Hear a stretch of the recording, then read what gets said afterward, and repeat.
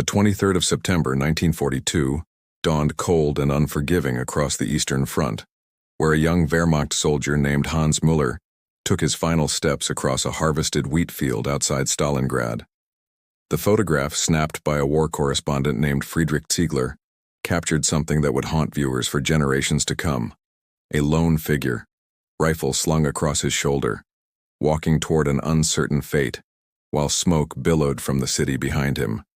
What makes the image chilling isn't its composition or the stark contrast of light and shadow. It's what happened 70 years later when Müller's great-granddaughter discovered the photograph in a dusty archive and traced her ancestors' footsteps to that exact field, only to find something impossible. Hans Müller had been 23 years old that autumn morning, a reluctant conscript from a small Bavarian village called Oberammergau. According to military records retrieved from the German Federal Archives in Freiburg, Müller served in the 6th Army's 295th Infantry Division, one of hundreds of thousands of soldiers who would become trapped in one of history's bloodiest battles. The photograph had been published briefly in a propaganda magazine called Die Wehrmacht before disappearing into obscurity, filed away among millions of wartime images that documented the Third Reich's doomed campaign in the Soviet Union. For decades, the photograph remained forgotten, buried in the vast collections of the Bundesarchiv. It wasn't particularly remarkable among the countless images of soldiers marching, fighting, and dying across Europe.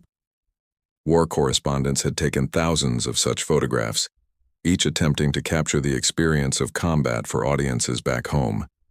Friedrich Ziegler himself had been killed 3 weeks after taking Müller's photograph, struck by Soviet artillery while documenting a tank assault.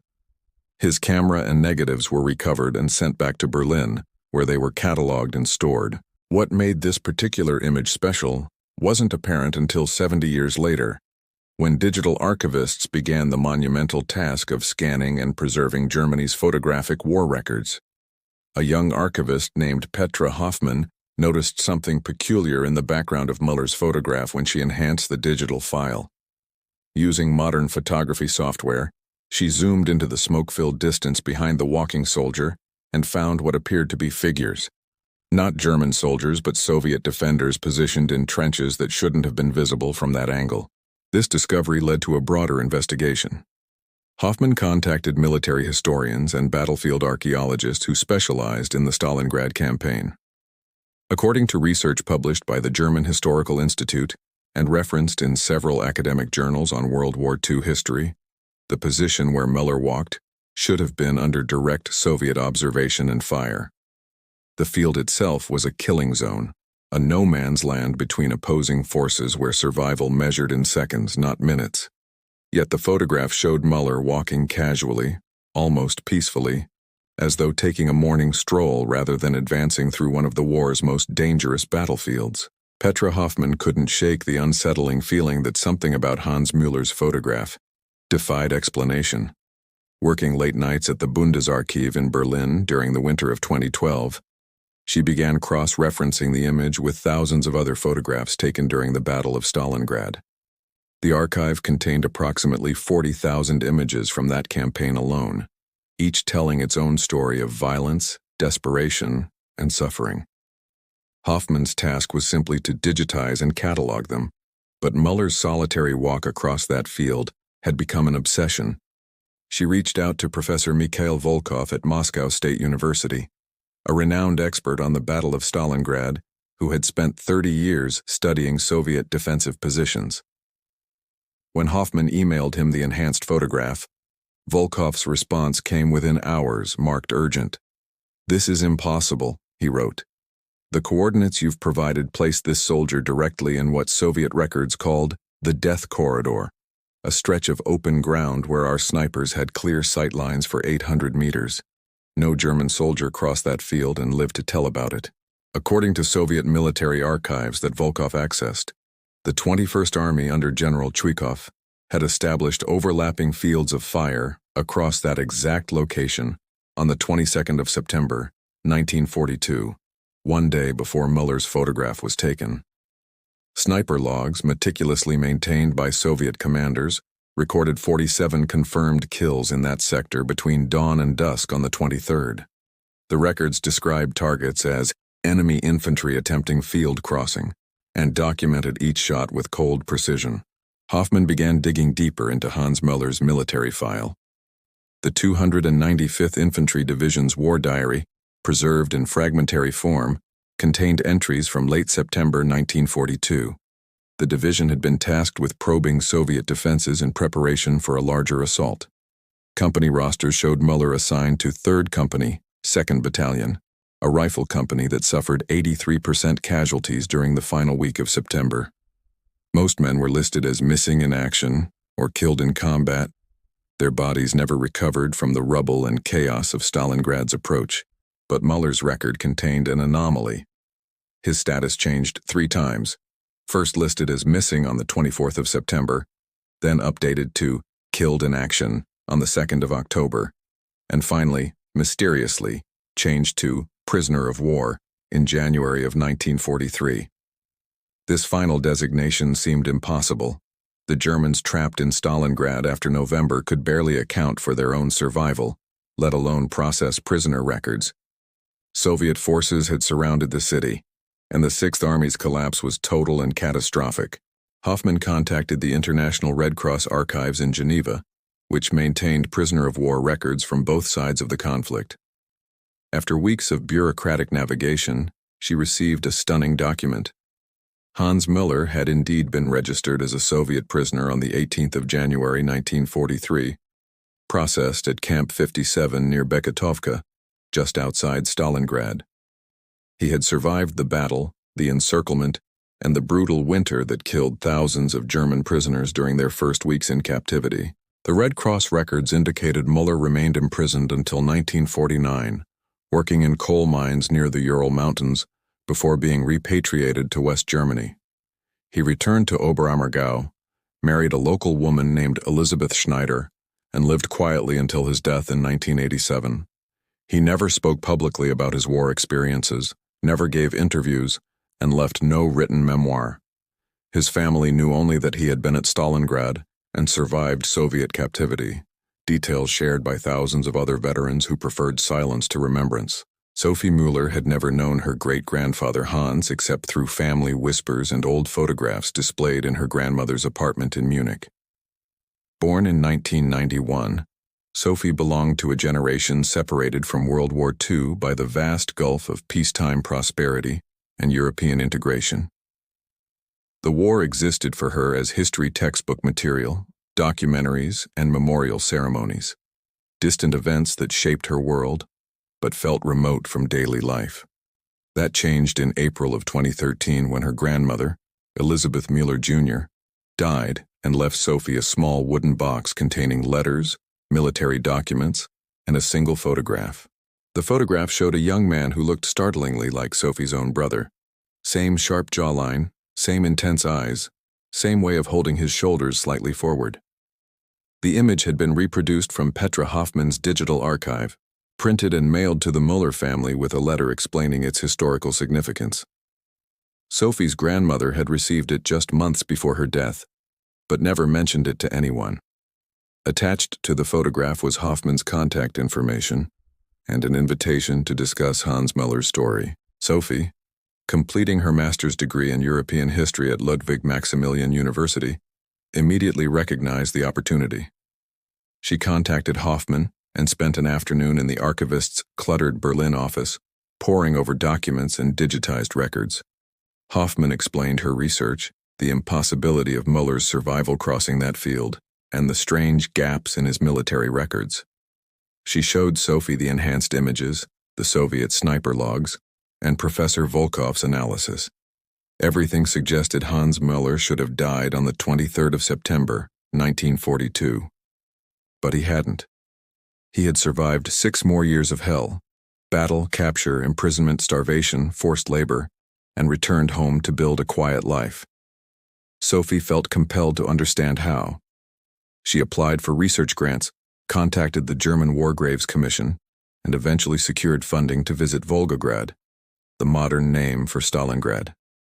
Her project was ambitious: to retrace her great-grandfather's steps, locate the exact field from the photograph, and perhaps find someone who remembered the German prisoners from Camp 57.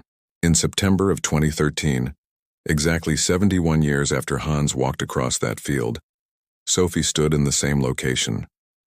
Working with GPS coordinates provided by military historians and comparing modern satellite imagery with wartime maps, she and a local guide named Dmitry Kozlov found the spot. The landscape had changed dramatically. Apartment blocks and highways now covered what had been killing grounds, but one field remained, preserved as part of a memorial complex. The wheat still grew there each year, harvested and replanted as a symbol of renewal. Sophie brought the original photograph and stood where Ziegler must have positioned his camera. Looking across the field, she could see the city's outline in the distance, much as her great-grandfather would have seen it. Dmitry, whose own grandfather had fought in the Soviet defense, translated memorial plaques and explained battle positions. They walked the field together, discussing war and memory, loss and survival, the strange inheritance both carried from ancestors who had tried to kill each other. That evening, staying in a modest hotel near the Mamayev Kurgan Memorial, Sophie reviewed her research notes and began sketching out questions she wished she could ask Hans. Why did you survive when so many died? What did you see crossing that field? What kept you alive in the camps? Did you feel guilt, relief, or simply numbness? The questions felt inadequate, the distance between their worlds too vast for simple answers. Sophie's research took an unexpected turn when Dmitry mentioned his grandmother, Nina Kozlova, who still lived in Volgograd and remembered the German prisoners. At 93 years old, Nina's memory remained sharp, particularly regarding the winter of 1943, when thousands of captured Germans had been marched through the city. Dmitry arranged a meeting, and Sophie found herself sitting in a cramped apartment filled with old photographs and Soviet medals, listening to a woman who had witnessed history's darkest chapters. Nina had been 19 years old during the battle, working as a nurse in a field hospital that treated Soviet soldiers wounded in the fighting. She spoke Russian, which Dmitry translated, her voice steady despite the traumatic memories. "We hated them," she said simply, referring to the German soldiers. "They had killed our fathers, brothers, husbands. They had destroyed our city, burned our homes. When they surrendered and we saw them marching past, starving, frozen, broken, some of us felt satisfaction. Others felt only emptiness." But Nina remembered something specific that made Sophie's heart race. In February of 1943, several German prisoners had been brought to the hospital to help move supplies because Soviet manpower was desperately short. The prisoners were barely alive themselves, but orders were orders. Nina had been assigned to supervise them, ensuring they worked and didn't escape. Though where they would escape to in the frozen wasteland surrounding Stalingrad remained a dark joke among the guards. One prisoner had stood out to Nina, not because he was different from the others in appearance, they all looked like walking corpses, but because he had saved a Soviet soldier's life. A beam had collapsed in a partially destroyed ward, pinning a young Russian lieutenant beneath rubble. The German prisoner working nearby hadn't hesitated. He had lifted the beam with strength that seemed impossible given his malnourished state, allowing others to pull the lieutenant free. Nina remembered because the incident had confused her deeply, challenging her hatred with unexpected humanity. "I asked his name," Nina told Sophie, her eyes distant with memory. "He said Hans, just Hans. I asked why he saved the Soviet soldier, and he said, because I could. That was all. No grand statement, no philosophy, just simple fact." Nina had arranged for Hans to receive an extra ration that day, a small piece of bread that might have kept him alive one more day, then another, accumulating until survival became possible. Sophie showed Nina the photograph. The old woman studied it carefully, then nodded. "Yes," she said. "That's him. I remember those eyes. Hard eyes, but not cruel. Tired eyes." She paused, then added something that sent chills through Sophie. "He told me once that he had already died on that field outside the city. Everything after was borrowed time." This revelation reshaped Sophie's understanding of her great-grandfather's story. Hans Muller had crossed that field knowing he was walking toward death. According to Nina's recollection, Hans had said his entire company received orders to probe enemy defenses, essentially a suicide mission to locate Soviet positions. The officers hadn't expected anyone to return. Hans had walked across that open ground, hearing bullets crack past his head, seeing men fall around him, accepting his death as inevitable. But death hadn't come.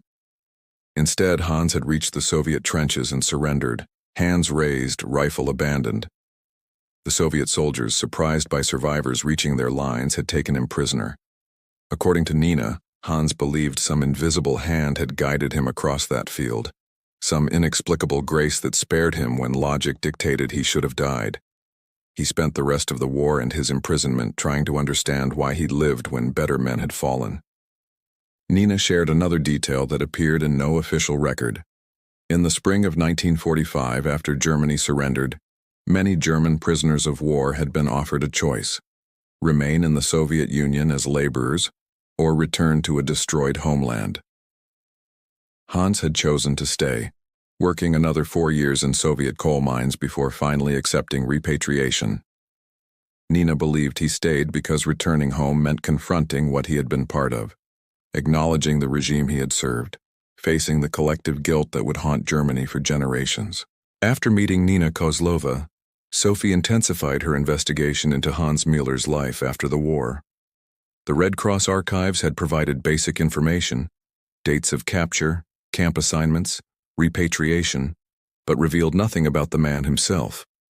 Sophie needed primary sources, personal documents, anything that might illuminate her great-grandfather's inner life. The breakthrough came from an unexpected source: a retired postal worker named Heinrich Adler, who operated a small museum dedicated to German prisoners of war in his home near Stuttgart.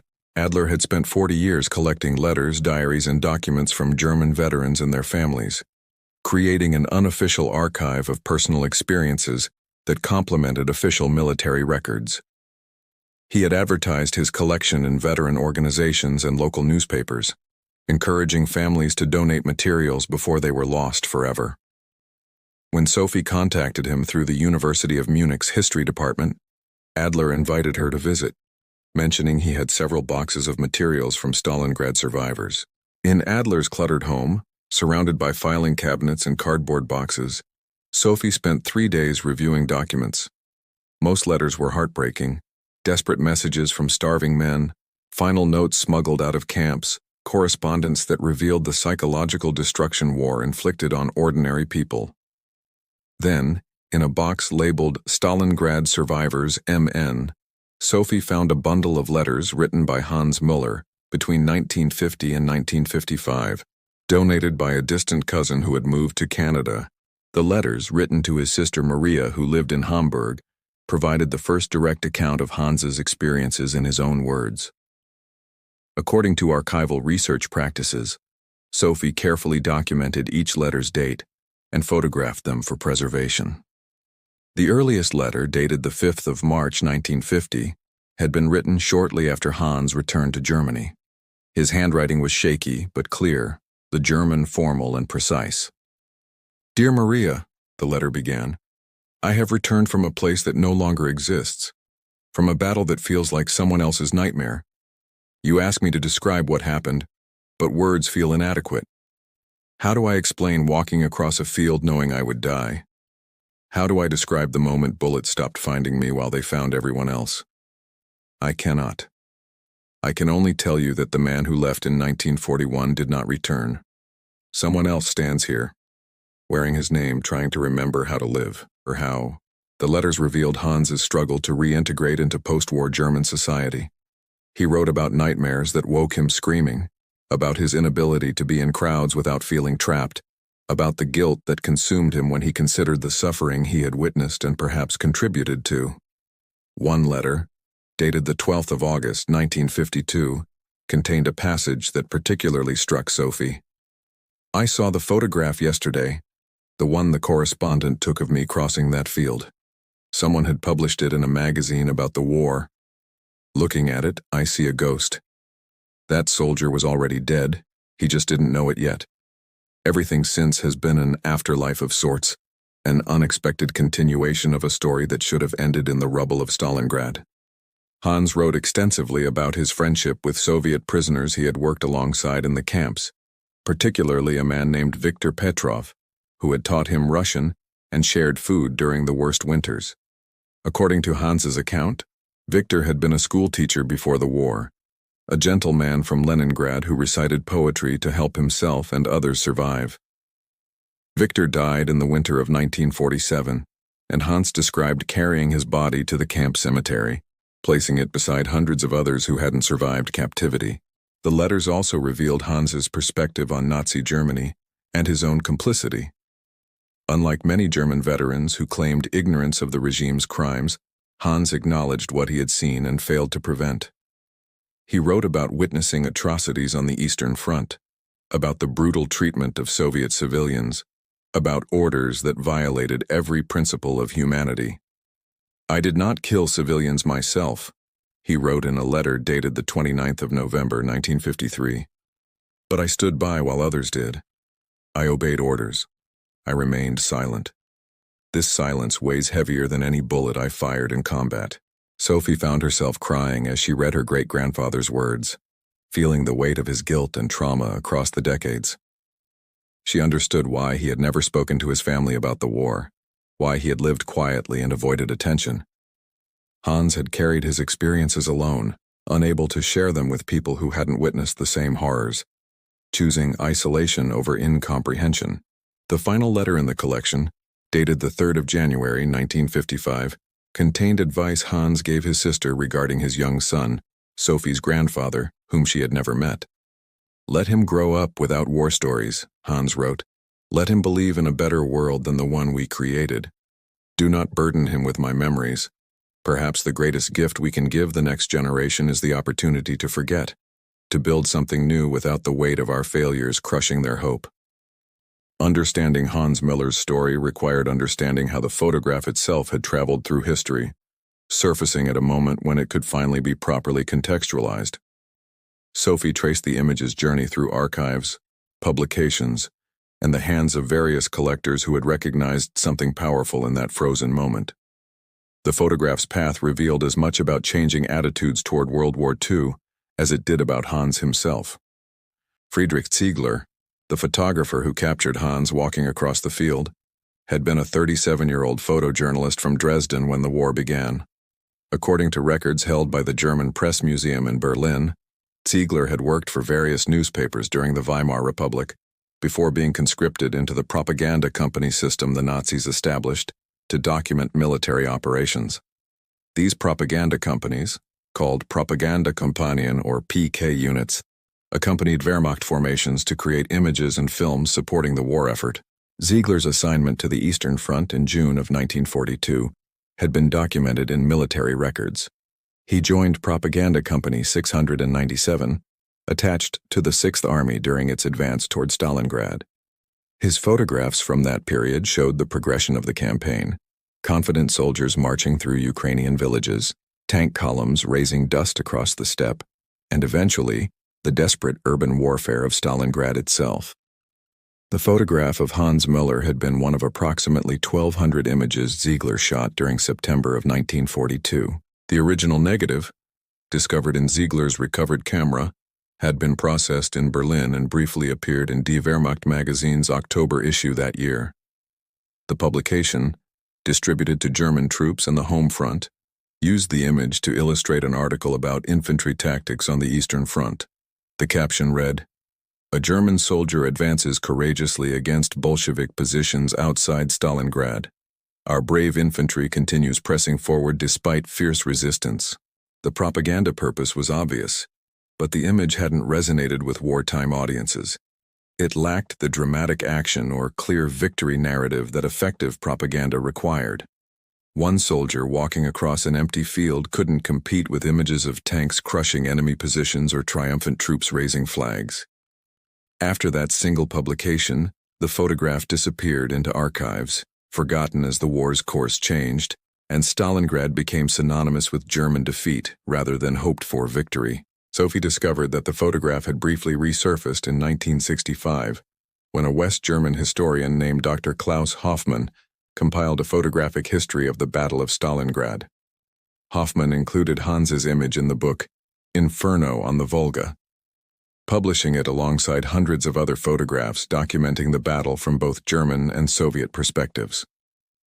This time, the caption was different. German infantryman approaches Stalingrad, September 1942. Of the 300,000 German soldiers who entered the city's battle, fewer than 6,000 returned home. The image gained some academic recognition through Hoffman's book, appearing occasionally in documentary films and history textbooks over the following decades.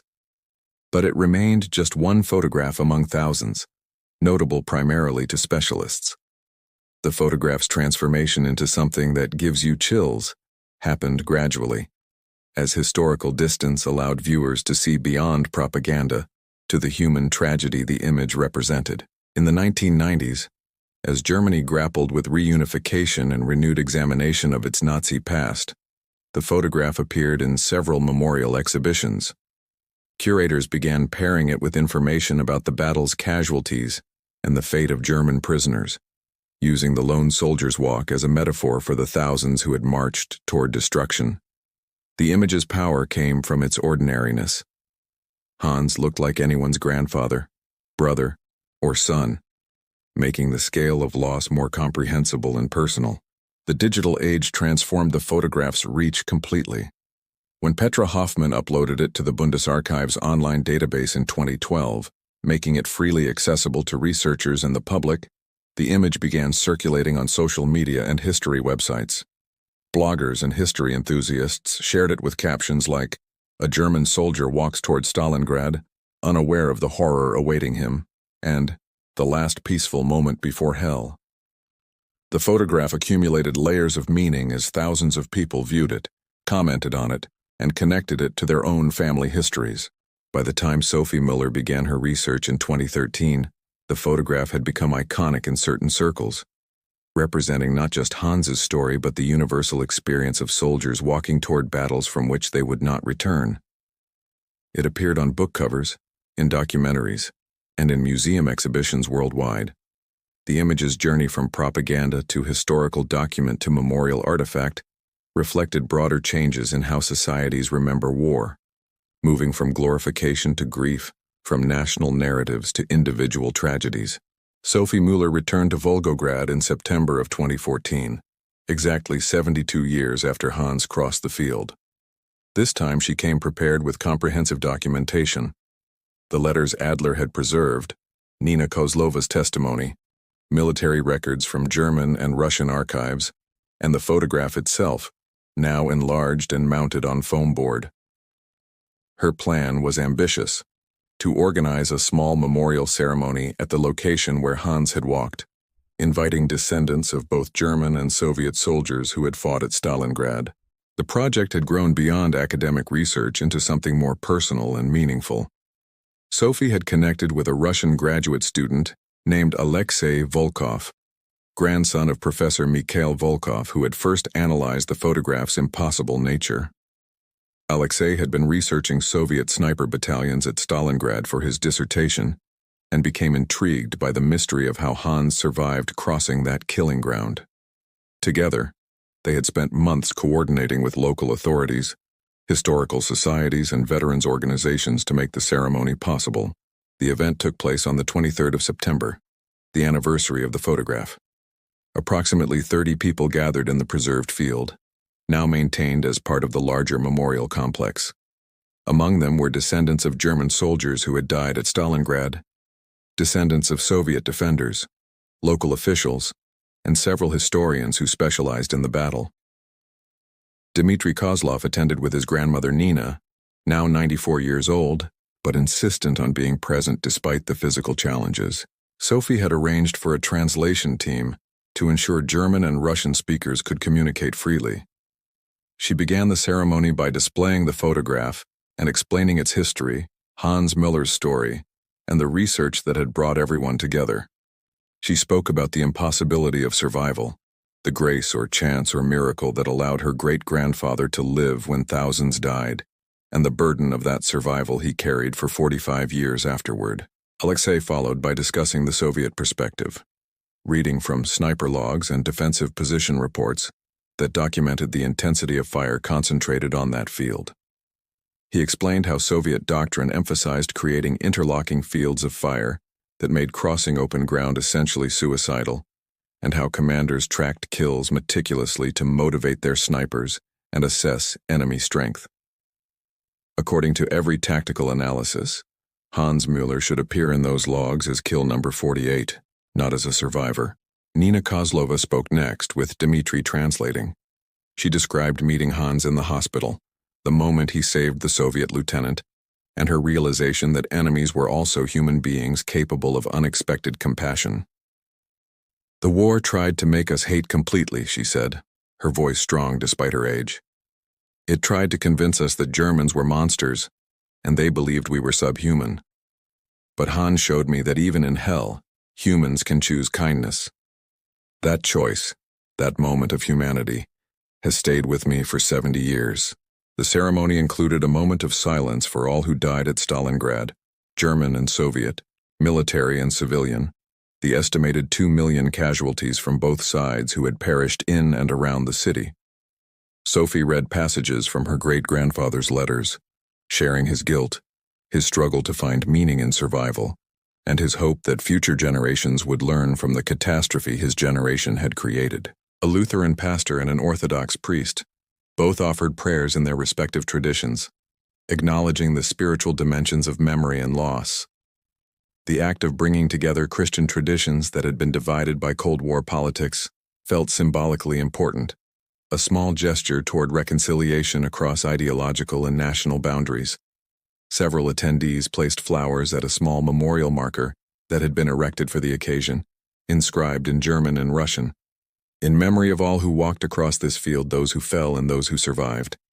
The most powerful moment came when a German descendant and a Russian descendant, both in their 20s, read names of casualties from the battle, alternating between German and Soviet dead, reading name after name until the lists exhausted everyone's capacity to absorb individual tragedy. The names became overwhelming, countless lives reduced to military identification numbers and cemetery plots, each representing families destroyed, futures erased, and possibilities extinguished. After the formal ceremony concluded, attendees stayed for hours, talking in small groups about their family histories and the war's long shadow across generations. Sophie found herself in conversation with an elderly German veteran named Otto Braun, who had been at Stalingrad but survived the battle's early phase before being evacuated due to wounds. Otto, 92 years old, had never returned to Volgograd and found the experience overwhelming. "I can barely recognize it," he said, looking at the modern city. "We destroyed something beautiful and killed so many. I'm glad I lived to see it rebuilt. But I wish none of it had been necessary." Sophie's research evolved into her doctoral dissertation, expanding far beyond Hans Müller's individual story to examine how single images could encapsulate broader historical trauma and memory. Working under Professor Sabine Fischer at Ludwig Maximilian University's Institute for Contemporary History, Sophie developed a methodology that combined military history, visual culture studies, and family memory to analyze wartime photography's emotional power and historical significance. The dissertation, titled "Walking Toward Death: Photography, Memory, and Survival at Stalingrad," examined dozens of photographs from the battle, but used Hans Müller's image as its central case study. Sophie argued that the photograph's power came from its ordinariness. It showed no combat, no death, no obvious horror. Yet viewers instinctively understood they were witnessing a man walking toward catastrophe. This anticipatory dread, she contended, made the image more emotionally effective than graphic combat photography, because it engaged viewers' imaginations and forced them to confront the gap between the soldier's perspective in that moment and the historical knowledge viewers possessed. Her research uncovered additional details about Friedrich Ziegler, the photographer whose work had preserved Hans's walk for posterity. Ziegler's nephew, living in Hamburg, contacted Sophie after reading about her research in a newspaper article. He provided his uncle's diary, which had been passed down through the family but never published or donated to archives. The diary contained entries from Ziegler's time at Stalingrad, including a passage about photographing Hans. The entry, dated the 23rd of September 1942, read, Photographed infantry advance this morning. Watched through the viewfinder as one soldier crossed the field alone, somehow untouched while others fell. Couldn't stop shooting frames. Something about his walk seemed significant, though I cannot articulate why. He moved like a man in a dream, disconnected from the violence surrounding him. Later heard the company suffered 90% casualties in that operation. Wonder if my soldiers survived. Sophie incorporated Ziegler's perspective into her analysis, examining how photographers' choices shaped historical memory. Ziegler had recognized something meaningful in Hans's walk, even without knowing the full story or context. His instinct to keep photographing, to capture that particular soldier at that particular moment, had preserved an image that gained significance over time as viewers learned Hans's fate and projected their own meanings onto his solitary walk.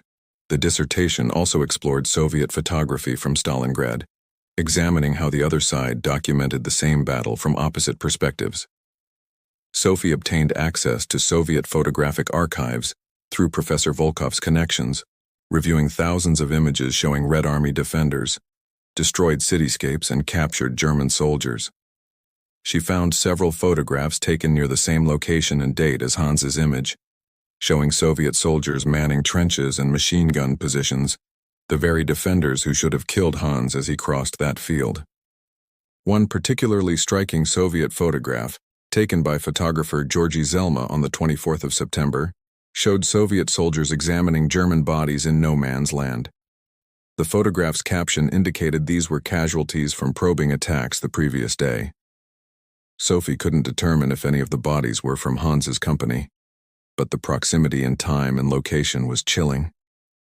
Hans had crossed that field just hours before this photograph was taken, walking past locations where his comrades' bodies would soon lie. Sophie's research methodology included interviews with military historians, psychologists who studied trauma and survivor guilt, and sociologists examining how families transmitted war memories across generations.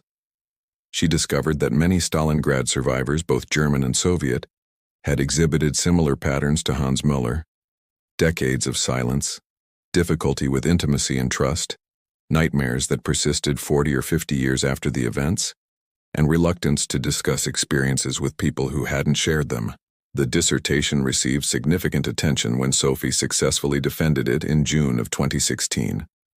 Several academic journals published excerpts, and she received invitations to present at conferences across Europe and North America. The German Historical Institute in Washington contacted her about developing an exhibition based on her research, potentially traveling to multiple museums. Her work demonstrated how individual stories, when properly contextualized and researched, could illuminate larger historical patterns and make abstract casualty statistics humanly comprehensible. Beyond academic recognition, Sophie's work had personal significance.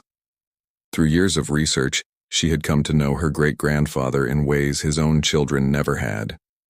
She understood his silence, his guilt, his inability to articulate what he had experienced. She recognized that his survival carried obligations: to remember, to testify, to ensure that the catastrophe his generation created would not be forgotten or repeated. Hans had chosen silence, perhaps believing his experiences were incommunicable or too painful to share. Sophie chose the opposite approach, believing that silence allowed forgetting, and that memory, however painful, served as resistance against historical amnesia. The dissertation's final chapter examined contemporary relevance, arguing that photographs like Hans Müller's walk remained important not as propaganda or nationalist mythology, but as reminders of war's human cost. As veterans of World War II died and living memory faded, these images would become increasingly crucial for teaching future generations about history's darkest chapters. Sophie concluded, "The photograph chills us not because it shows death, but because it shows life continuing toward death, unaware of what awaits. In this way, it represents every generation's walk toward an unknown future, carrying history's weight, whether we acknowledge it or not." The photograph's reach expanded exponentially in 2017, when a documentary filmmaker named Thomas Keller contacted Sophie about developing her research into a feature-length film. Keller, known for historical documentaries that combined archival footage with contemporary investigation, believed Hans Müller's story could resonate with global audiences and spark conversations about war, memory, and inherited trauma. The resulting documentary, titled The Soldier Who Walked Through Death, premiered at the Berlin International Film Festival in February of 2018. Keller's film employed sophisticated techniques to bring the static photograph to life. Using digital animation and careful historical reconstruction, the documentary recreated Hans's walk across the field, showing the landscape as it existed in 1942 based on aerial photographs, Soviet defensive maps, and surviving veterans' testimonies. The recreation made the photograph's impossible nature visually obvious. Viewers could see Soviet positions, calculated firing angles, and the complete absence of cover that should have made Hans's survival mathematically impossible. The documentary included interviews with Sophie, Professor Volkov, Nina Kozlova, in her final recorded interview before her death in late 2017, and several military historians who analyzed the tactical situation. Most powerfully, it featured readings from Hans Müller's letters, performed by a German actor whose voice conveyed the depth of Hans's guilt and confusion. The film made no attempt to glorify or condemn Hans, instead presenting him as an ordinary man caught in extraordinary circumstances, struggling to understand why he lived when better men died. Critical reception was overwhelmingly positive. The Guardian published a review praising the film's unsentimental, yet deeply moving examination of how war's trauma echoes across generations. The New York Times called it essential viewing for anyone seeking to understand how ordinary people become participants in history's darkest chapters. German and Russian critics both appreciated the film's balanced approach, avoiding nationalist narratives while acknowledging the specific perspectives and suffering of both sides. The documentary sparked renewed interest in the original photograph. Social media platforms saw the image shared millions of times, often accompanied by captions like, "This soldier survived the impossible," or, "What was he thinking as he walked?" Online discussions ranged from historical analysis to philosophical speculation about fate, survival, and the randomness of death in combat. Some viewers criticized the attention given to a German soldier when Soviet casualties vastly exceeded German losses, arguing that focusing on Wehrmacht experiences perpetuated problematic narratives. Sophie addressed these criticisms in interviews and academic forums. She emphasized that Hans Müller's story wasn't meant to diminish Soviet suffering or rehabilitate the Wehrmacht, but rather to use one well-documented life to illuminate the human dimensions of a conflict often understood only through statistics. "When we say 2 million people died at Stalingrad," she explained in a Der Spiegel interview, "the number becomes abstract. Following one person's journey, their fear, their survival, their guilt, makes the larger tragedy comprehensible. Hans's story isn't more important than others, but it's one we can trace completely, from the photograph through decades of aftermath." The photograph's viral spread led to unexpected discoveries. In March of 2018, a woman named Yevgenia Petrova contacted Sophie through the documentary's website. Yevgenia, living in St. Petersburg, believed her grandfather Viktor Petrov was the same man Hans had written about in his letters. The schoolteacher from Leningrad, who had shared food and recited poetry in the labor camps. She had her grandfather's diary, which mentioned a German prisoner named Hans, who had helped him survive a brutal winter. Sophie traveled to St. Petersburg to meet Yevgenia and examine Viktor's diary. The entries, written in fading ink on deteriorating paper, confirmed the connection. Viktor had written about Hans on multiple occasions between 1945 and 1947, describing him as a man haunted by surviving when he should have died. Viktor's final entry, dated the 8th of November 1947, just weeks before his death, contained a passage that brought tears to Sophie's eyes. Hans believes he survived that field outside Stalingrad because fate had some purpose for him. I told him perhaps the purpose was simply this, to remind the world that even in war's depths, men can choose humanity over hatred. He didn't believe me, but I hope someday he will. This discovery added another dimension to Hans's story. Viktor and Hans, enemies who had tried to kill each other's comrades, had become friends in captivity, and helped each other survive when survival seemed impossible. Their friendship, documented in letters and diary entries from opposite perspectives, demonstrated that national and ideological boundaries could be transcended through shared suffering and mutual recognition of common humanity. Sophie worked with Yevgenia to organize an exhibition at the Museum of Political History in St. Petersburg, opening in September of 2018. The exhibition displayed the photograph alongside Hans's letters, Victor's diary, Friedrich Ziegler's notes, Soviet military records, and contemporary interviews with descendants. Titled, "Two Men, Two Armies, One Humanity," the exhibition explicitly connected Hans and Victor's friendship to broader questions about reconciliation, memory, and the possibility of understanding across historical divides. The exhibition attracted over 50,000 visitors during its 3-month run, receiving coverage in Russian and international media. Russian President Vladimir Putin visited during a stop in St. Petersburg, spending 20 minutes examining the materials and speaking with Yevgenia and Sophie. While the visit was partly political theater, Putin's comments acknowledged the complexity of Soviet German history and the importance of remembering individuals within mass tragedy. "My own grandfather fought at Stalingrad," Putin said. "Perhaps he aimed his rifle at Hans Müller, or perhaps they passed each other in the chaos. We cannot know. But we can honor that both men, on opposite sides of history's worst conflict, chose to see humanity in their enemies." The photograph's global recognition reached its peak when Time magazine featured it in a December 2018 special issue on images that changed how we see history.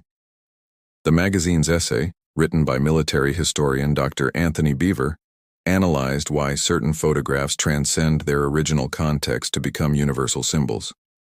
Beaver argued that Hans Müller's walk represented the moment before tragedy, the final instant of normalcy before catastrophe, captured with such clarity that viewers 75 years later feel they're watching it happen in real time.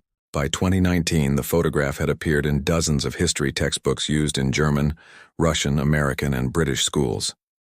Teachers reported that students responded to the image more emotionally than to combat photographs showing explicit violence precisely because it required them to imagine what came next.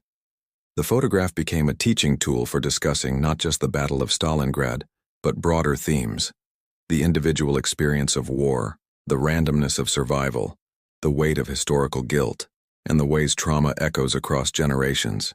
Sophie Müller completed her work on Hans's story in 2020, publishing an expanded book based on her dissertation titled The Walk: One Soldier, One Photograph, and the Memory of Stalingrad. The book synthesized 7 years of research, incorporating materials from German, Russian, and international archives, interviews with dozens of descendants and historians, and reflections on how the project had transformed her own understanding of family, history, and inherited responsibility. The book's epilogue described Sophie's final visit to Volgograd in September of 2020, on the 78th anniversary of Hans crossing the field. She went alone this time, without ceremonies or cameras, simply wanting to stand in the place where her great-grandfather had walked and reflect on everything she had learned. The wheat had been recently harvested, leaving stubble that crunched under her feet as she walked the same path Hans had taken, from the German positions toward the Soviet lines. Walking that field, Sophie thought about the impossibility of truly understanding what Hans experienced.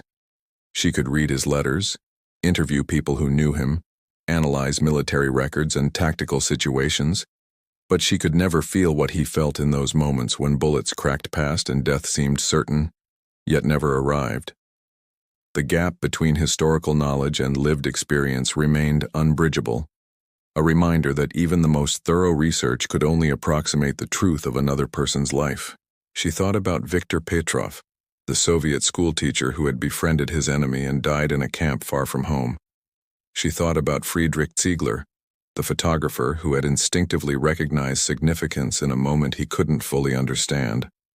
She thought about Nina Kozlova, who had lived 97 years and witnessed her city destroyed and rebuilt, choosing compassion over hatred, even when hatred would have been justified. She thought about the 2 million casualties, each representing a universe of experiences, relationships, and possibilities that ended in the rubble and snow of Stalingrad. The book included a chapter on contemporary relevance that examined how World War II memory functioned in 21st century Europe. Sophie argued that photographs like Hans's walk remained vital precisely because they resisted simple narratives. The image couldn't be used for nationalist glorification. Hans had served an evil regime and participated in a criminal war.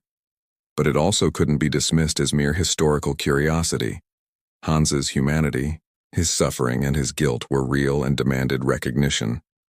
This complexity, Sophie contended, was exactly what contemporary society needed: historical memory that acknowledged moral catastrophe while recognizing individual humanity within collective evil.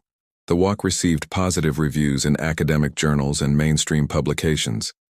The German newspaper Frankfurter Allgemeine Zeitung called it a masterful examination of how families inherit history and the responsibility that inheritance carries. The Russian journal Rodina praised Sophie's balanced approach to German and Soviet perspectives. Several reviewers noted that the book transcended typical World War II histories by focusing on aftermath and memory, rather than just combat and military operations. In accordance with historical documentation standards, Sophie cited sources throughout her research, including materials from the German Federal Archives in Freiburg, the Russian State Military Archive in Moscow, the International Red Cross Archives in Geneva, and various personal collections. Her methodology emphasized the importance of cross-referencing multiple sources to build accurate historical narratives, particularly when dealing with events as politically charged and emotionally complex as World War II on the Eastern Front. The book's publication coincided with rising concerns about historical memory as World War II veterans died and living connections to the conflict faded. By 2020, fewer than 100,000 World War II veterans remained alive worldwide, and within another decade, even the youngest survivors would be gone. Sophie's work represented an effort to preserve not just facts and dates, but the emotional and psychological dimensions of historical experience before they disappeared entirely. Hans Müller's great-granddaughter had transformed a single photograph into a comprehensive examination of war, memory, trauma, and reconciliation. The image that had initially seemed impossible, a soldier walking unharmed through a killing field, had revealed layers of meaning that enriched understanding of both the specific battle and the broader human experience of war. The photograph's power to give viewers chills 70 years later came not from graphic violence or obvious horror, but from its capacity to make viewers imagine, to fill the space between the frozen moment and known outcomes, to confront the randomness of death and the burden of survival. In her book's final paragraphs, Sophie reflected on what her research had taught her about inheritance and responsibility. I never knew Hans Müller, except through photographs, documents, and other people's memories. Yet his life shaped mine in ways I'm still discovering. His survival, his guilt, his silence, these created the family I was born into, influenced the Germany I grew up in, and connected me to a past I initially believed was distant and abstract. The photograph of him walking across that field in 1942 has become, for me, a reminder that history isn't something that happened to other people in another time. It's the ground we walk on, the air we breathe, the inheritance we carry whether we acknowledge it or not. The photograph continues to circulate online and in educational materials, its power undiminished by time or familiarity. Viewers still comment on the chills it produces, the eerie quality of watching a man walk toward fate, unaware of what awaits. Hans Müller's face, young and determined and somehow peaceful, looks out from that autumn morning in 1942, frozen forever in the moment before everything changed. Sophie established a small foundation in 2021, dedicated to preserving personal testimonies from World War II descendants, ensuring that family stories and inherited memories wouldn't disappear as the generation with direct connections to veterans died. The foundation, named the Müller-Petrov Initiative after Hans and his Soviet friend Victor, collected letters, diaries, photographs, and oral histories from families across Europe and Russia. The work continues. Each year on the 23rd of September, descendants gather at the field in Volgograd, now marked with a permanent memorial stone bearing Hans Müller's photograph and the inscription in German, Russian, and English. He walked through death and lived to question why. May we learn from his questions and never forget what this field witnessed. Hans Müller died in 1987, never knowing his photograph would become historically significant or that his great-granddaughter would spend years reconstructing his story. He lived his final decades in Oberammergau, working as a carpenter, attending church, and maintaining the silence that allowed him to function in a world that couldn't understand what he had survived. But his letters survived, his photograph survived, and through his great-granddaughter's dedication, his story survived, a testament to one man's impossible walk through history and the long shadow that walk cast across generations. The photograph that gives you chills isn't just an image of a soldier crossing a field. It's a portal into questions that haunt every generation. How do we survive catastrophes? How do we live with guilt? How do we remember without being consumed by memory?